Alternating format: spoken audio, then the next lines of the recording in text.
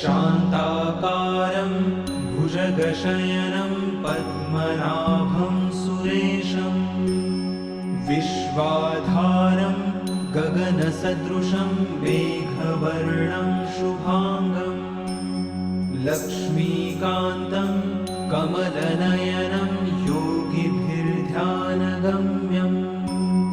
वन्दे विष्णुं भवभयहरं सर्वलोकैकनाथम्।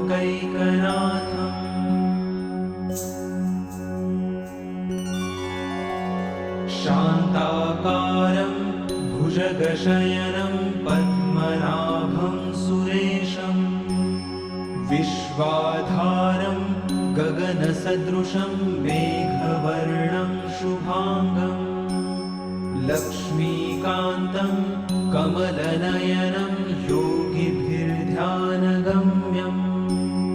वन्दे विष्णुं भवभयहरं सर्वलोकैकनाथम्।